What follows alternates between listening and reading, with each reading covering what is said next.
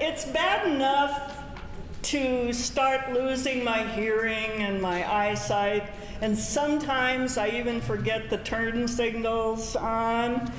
Those kinds of things happen, but now they're trying to take away my vote.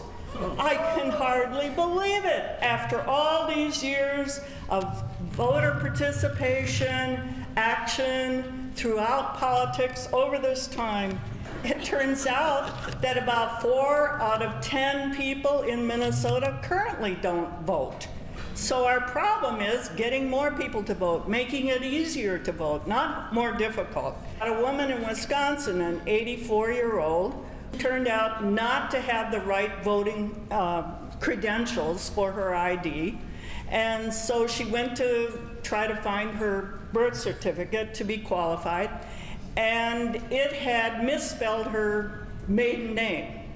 In order for her to make it correct, to clarify the correct spelling of that maiden name, it was going to cost her as much as $200. Oh. Now, this amendment could result in about 200,000 Minnesotans who do not currently have a driver's license with a picture ID.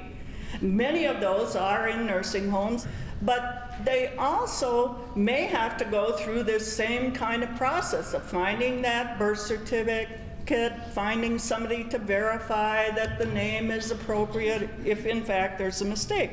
Well, it turns out that my own husband, who was born in Slayton, Minnesota, in southwestern part of the state, yay, Slayton!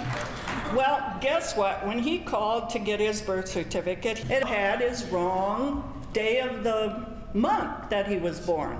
So he had to go through a long process, very, very time-consuming, but also costly. This amendment can result in even you, at some point, if you are no longer, let's say your kids take the keys away and you don't drive anymore. It should happen perhaps to more of us.